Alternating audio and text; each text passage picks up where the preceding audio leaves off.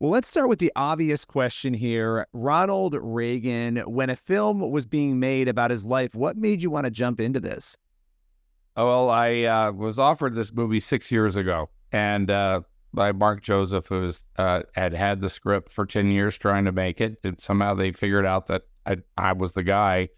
And I did not say yes at first because, tell you the truth, it kind of scared me to death. Reagan is such a recognizable, like Muhammad Ali, one of the most recognizable people in the world. And I myself, he was my favorite president.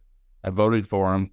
And, I'd come home after I voted. My roommate at the time said, "Who'd you vote for?" I said, "Reagan." He said, "You were kicked out of the hippies." Yeah, in Hollywood, was that a popular decision? I would imagine it wouldn't be the most popular decision, at least in No, your but line of work. things were a little bit different. You could actually say that you had voted for Reagan and you weren't canceled. But it was, it was very similar times back then to where we are now. And but it frightened me doing him, because I didn't want to do, Reagan's on videotape. I didn't want it to be a history lesson or impersonation. I wanted to find the human Reagan and who he was as a person. And I went to the Reagan Ranch. I was invited there. It's not open to the public. It was the Western White House, that you used to see where he received the Queen and stuff like that. And I drove up 5 miles of the worst road in California to get there. And you get to the top and I come out through the fence and see the place. And I realized that Reagan was a very humble man. Just looking at the place, you can feel him there. He really did do all the work that was there. The house that was the Western White House was barely 1,100 square feet, barely a 2-bedroom house. And they had a king-size bed, but it was two single beds that were zip tied together. Their clothes are in the closet, they just left. It was bought by a consortium of friends and kept preserved just as they left it. There were 3 channel changers, remote controls in a little basket, because it took 3 to operate a television back then, if you'll remember. And a little note from Nancy about how to do it. But his bookcase was there, this huge bookcase with every book that he had ever had, going back to when he was a 9-year-old boy. Wow. And it was, like I said, you could really feel him there. And is what the kind of the caretaker of it was John, his Secret Service guy, that he used to ride with, who really filled me in about Reagan and the relationship that he and Nancy had, which is also very central to our story. And I felt then that that's when I said yes, because I could kind of feel his core. Yeah, well, and you dive into this. This is not an easy role to play, a person who people remember because it wasn't that long ago, a person people can watch, and you have to sort of replicate who that person is. What was the toughest part about preparing to play him? Well, about not, first off, I felt all those things, that, sense of judgment, because everybody has a feeling about him, whether negative or positive. And it's just fear went down my spine. And usually that fear is a sign that I should do that, get out of my comfort zone. And but it was, the first The Voice. I had 2 years to really prepare for the role, and just diving in about talking to people who knew him, and looking kind of further behind the history and behind the scenes, which I think our movie really does. You get to be a fly on the wall, and all those the events that during his presidency, and stories from his life, you get to kind of pull back the curtain and see Reagan. Two things I felt like we were the same about is we both have sunny dispositions, or 3. We both don't dye our hair, and the other thing was that we're both actors, and I really came to really realize that Reagan felt like, I think, a failure as an actor in a way, because he never got to that place that he was aiming for as an actor. You know, that spot was taken by John Wayne, I think. Reagan was kind of relegated to doing B movies, and he was married to Jane Wyman, who won an Academy Award. So while he was married to her, that's, you know, kind of like a further thing that I think it made him feel less than in a way. And that's what kind of motivated him to get into being the vice president and then president of the Screen Actors Guild. And that's not something that anybody aspires to, by the way, as an actor. You know, and that's a political job, and that was his entry into politics. Yeah, well, it's interesting. You know, obviously, this film is coming out at a time when the country is in a bit of chaos, right? I mean, the country's always in a bit of chaos, but right now, quite a bit of chaos, really unforeseen sort of political times.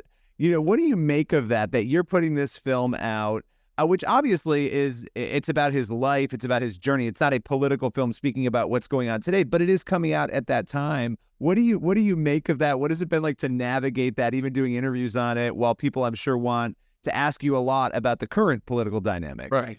Well, you know, as I was offered this movie 6 years ago, we finished shooting almost like 4 years to the day that we start that it's coming out.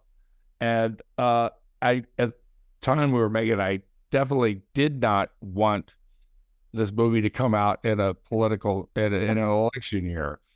But here it is, and what do I know? That's all I can say. No, because the reception is like, there's a lot of interest in it.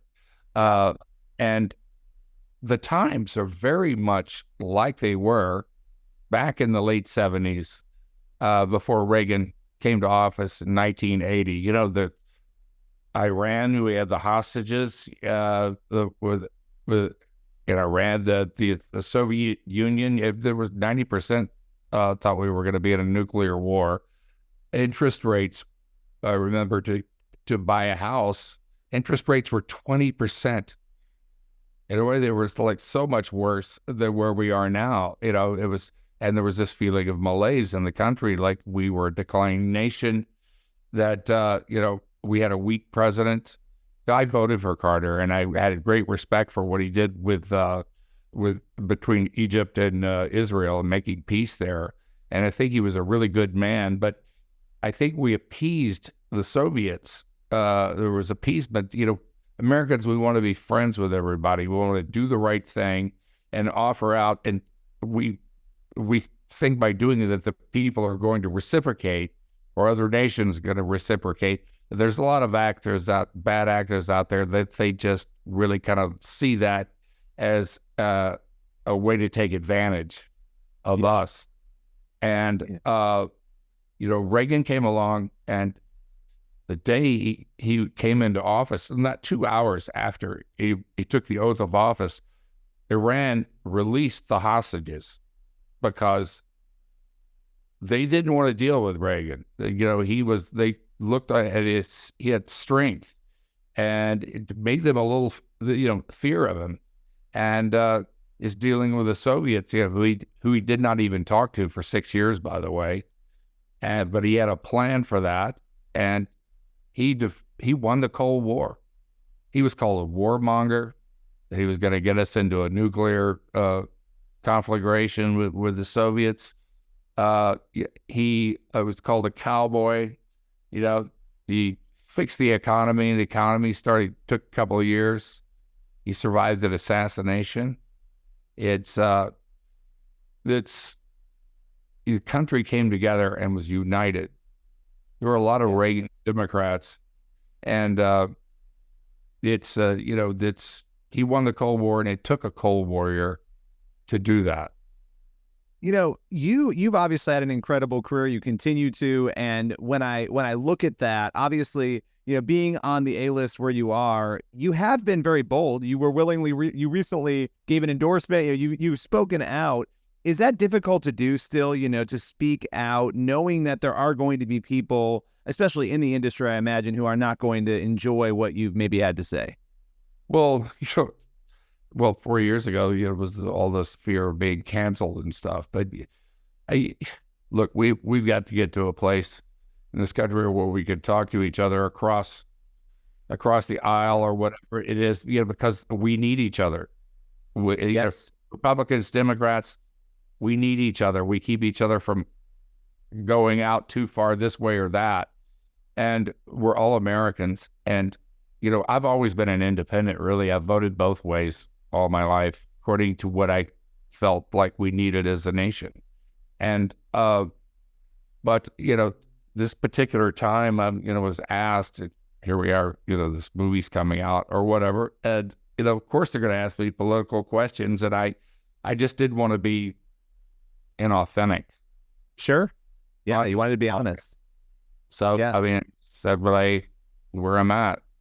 Yeah. But for me, it's about this election beyond personality and all that. The election is really about the Constitution. And what I see is the weaponization of the justice system.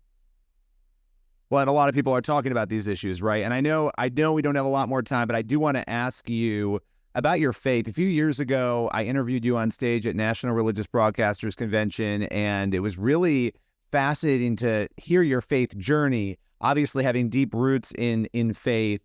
As the years go on, how has your faith changed, transformed, grown?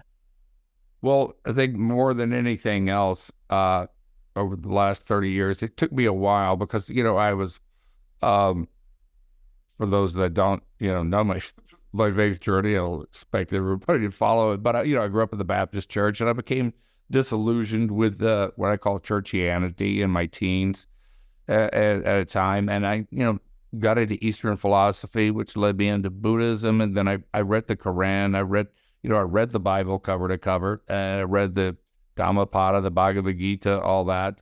And, 20 years later, I came to a place where, I've got into all those things in the world, like cocaine and drugs and stuff, and got clean. And then went back to reading the Bible again. And what struck me were the red words of Jesus. That was the thing that got me headed. That led me to a personal relationship with Jesus Christ. And that is the thing that relationship has continued to grow and mature and get deeper. And it's a continuing journey. But that's where I'm at. That's what is really different about my faith, and what you cannot find any other place is that relationship with him. Absolutely. And it's an incredible thing. And it's amazing that you and others are speaking out. I feel like we're seeing more and more actors actually sharing that and being really open about it. And it's amazing. The movie is Reagan. Dennis Quaid, appreciate your time today. Yeah, August 30th. Tickets are on sale now, by the way, if you want to reserve one.